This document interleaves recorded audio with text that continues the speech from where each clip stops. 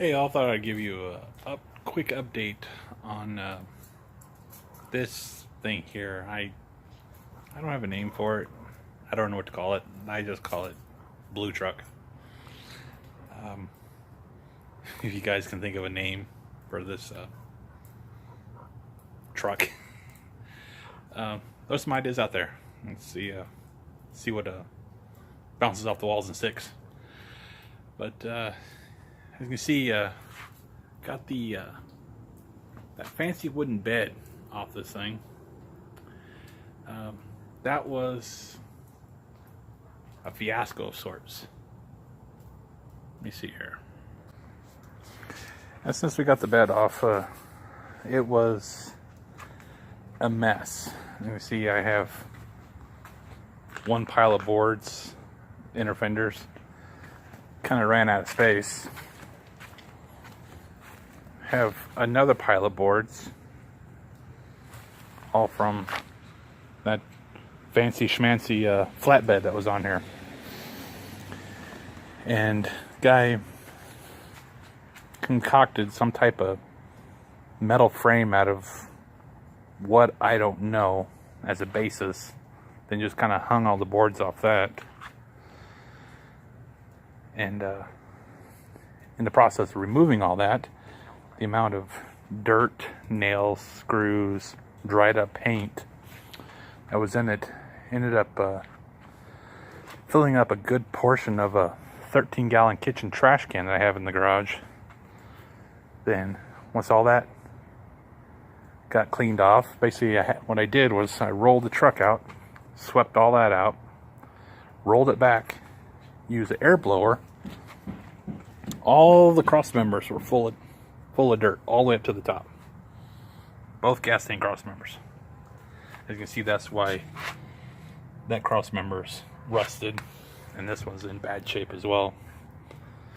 But they pretty much are there for the gas tank, so it's not that big of a deal really. Top of the gas tank was just nasty. Cleaned off the top of that, cleaned it all out, vacuumed it out, so I could actually look into the gas tank. Looks like we have some decent gas. Still haven't got figured out why it's not running yet. Ordered a bunch of parts from Rock Auto. Should be here in the next day or two. Throw those on, and fingers crossed that's the fix to the problem. I have reason to believe it's the oil pressure sensor is bad in it. Because that sends a signal to the ECU. ECU basically says no on the fuel pump, and that's why it's not getting any fuel, even though you can hotwire it and it'll shoot fuel all day long.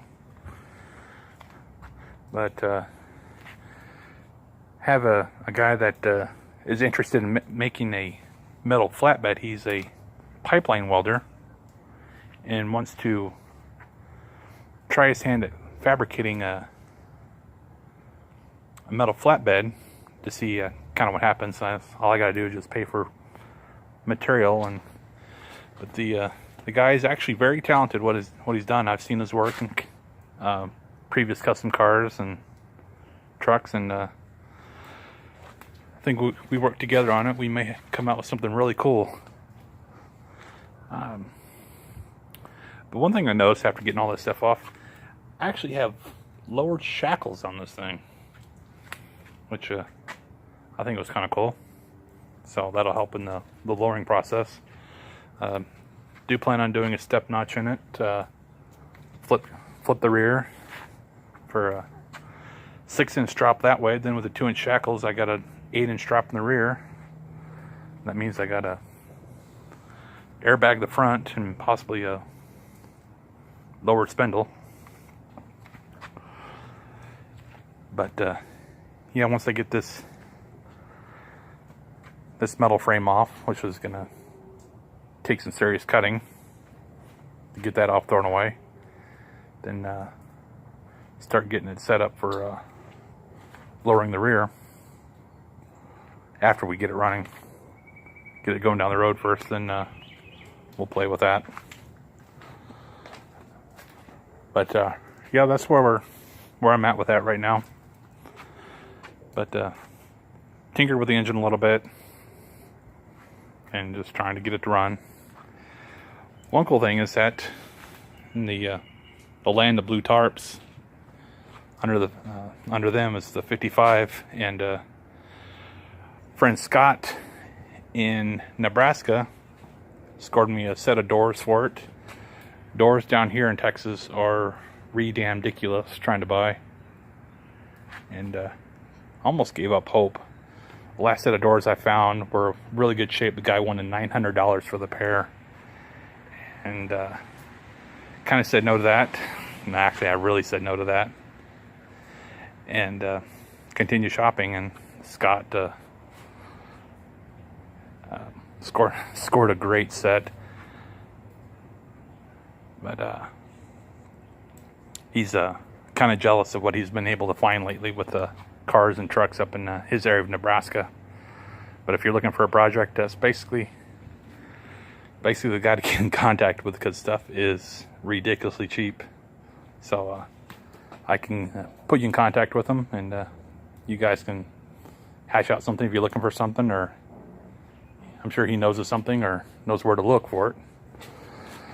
But gonna get the doors on.